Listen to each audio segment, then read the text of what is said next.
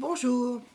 Aujourd'hui, je voudrais vous parler de ce petit livre qui est paru il y a quelques années qui s'appelle J'arrête de râler de Christine Lévicki, qui est mère de 3 enfants, coach aussi, et qui donc s'était rendu compte un jour qu'en fait elle râlait beaucoup trop et que ça ne l'amenait à rien.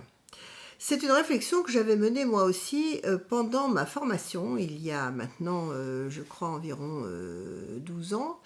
Mes enfants avaient donc environ 15 ans, quelque chose comme ça.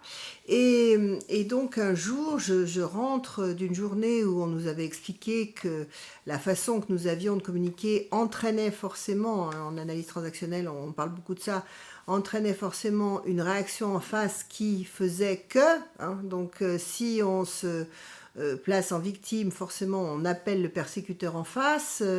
Si on est dans la persécution, eh bien, on joue également un jeu qui n'est pas ça, enfin un jeu psychologique qui se termine toujours assez mal. Donc j'avais tout ça dans la tête et je me suis dit, effectivement, j'élève seul mes enfants, 15 ans, des jumeaux, pas un âge facile.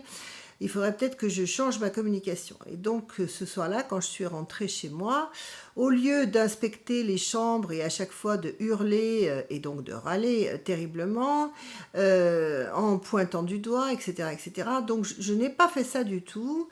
Et j'ai dit, oh écoutez, je suis un peu fatiguée ce soir, je n'étais pas fatiguée du tout, et je vais aller me reposer un petit moment. Donc j'ai pris des magazines, je me suis installée dans ma chambre, à la grande surprise d'un de mes garçons qui m'a regardé bizarrement, et donc je suis partie me reposer. Je me suis efforcée de lire ce magazine dont j'avais pas vraiment envie. Enfin, j'avais pas vraiment envie de lire ça parce que je me demandais ce qui allait se passer. J'étais vraiment dans le stade de l'expérimentation. Et effectivement, à ma plus grande surprise, quand j'ai rouvert la porte au bout de, je n'ai pas pu tenir une heure, 3/4 d'heure environ, je me suis rendu compte que là, ils avaient fait des efforts incroyables et qu'ils avaient rangé leur chambre sans que je ne demande rien. Alors que d'habitude, je rentrais et je hurlais. À tel point qu'un jour d'ailleurs, là, j'ai entendu l'un des deux dire à l'autre, parce qu'il était plus loin dans l'appartement, qu'est-ce qu'elle dit? Et l'autre lui a répondu, rien, tout va bien, elle gueule. Voilà, donc ça voulait bien dire ce que ça voulait dire, c'est qu'en fait, ils entendaient un espèce de brouhaha qui ne faisait absolument pas d'effet et qui ne fonctionnait pas, qui n'était pas efficace. Donc cette méthode j'arrête de râler est assez intéressante et sympa, mais c'est vrai qu'on peut se poser la question de savoir pourquoi en moyenne un individu, et le français je pense particulièrement, râle 15 à 30 fois par jour. C'est quand même beaucoup. Donc si on veut être en tout cas au minimum dans la fourchette basse, il faut quand même se poser des questions. En règle générale, quand on râle, déjà, on a un ton qui est évidemment assez désagréable. On a tendance également à avoir une posture qui a tendance à pointer du doigt. Pointer du doigt, c'est qui a fait ça, c'est toi qui as fait ça, etc., etc. Ou c'est le gouvernement, ou c'est... Voilà, on est dans cette posture-là, d'accusation. Et puis, pour finir, en règle générale, on exagère. Évidemment, on exagère parce que c'est mieux d'exagérer pour montrer qu'on est vraiment très, très, très contrarié et qu'on a un sujet de râlerie qui vaut la peine.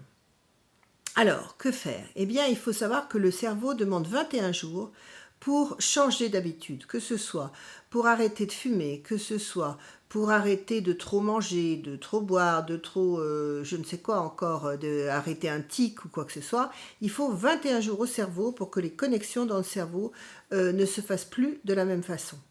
Donc, c'est pourquoi la méthode qu'avait fait Christine Lévicki était une méthode sur 21 jours. Bien.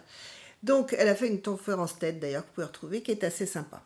Alors, comment faire? Eh bien, il faut évidemment prendre conscience de ça, et toutes les fois qu'on prend conscience, c'est d'essayer de moduler à ce moment-là le ton de sa voix et son sujet, et de se dire, est-ce que c'est vraiment important? Est-ce que ça vaut vraiment la peine que je râle? Peut-être pas. Ensuite, comme on s'aperçoit qu'on entraîne les autres souvent à râler parce que ça nous conforte de nous dire, bah oui, ils sont d'accord avec moi, c'est pas possible, nanana, etc. Bon, le fait d'entraîner les gens à râler n'est pas forcément quelque chose de très satisfaisant si on regarde bien. Donc il faut peut-être essayer de les entraîner à sourire, à s'amuser, à être plus léger. Hein. Donc essayer à chaque fois qu'on se rend compte qu'on va aller dans la râlerie, de vraiment switcher pour ne plus avoir ce comportement qui est un comportement finalement un peu infantile, hein, qui n'apporte rien, qui est assez stérile. Soyez plus égoïstes, changeons notre communication bien évidemment. On est plus égoïste, c'est-à-dire on se fait des petits plaisirs, on se prête à la contemplation de jolies choses, on en revient à ce phénomène de gratitude qu'il est bon de ressentir pour essayer de ne plus râler, ou en tout cas beaucoup moins. Voilà, bah écoutez, c'est tout ce que je nous souhaite pour aujourd'hui et je vous souhaite une très bonne semaine. À bientôt. Au revoir.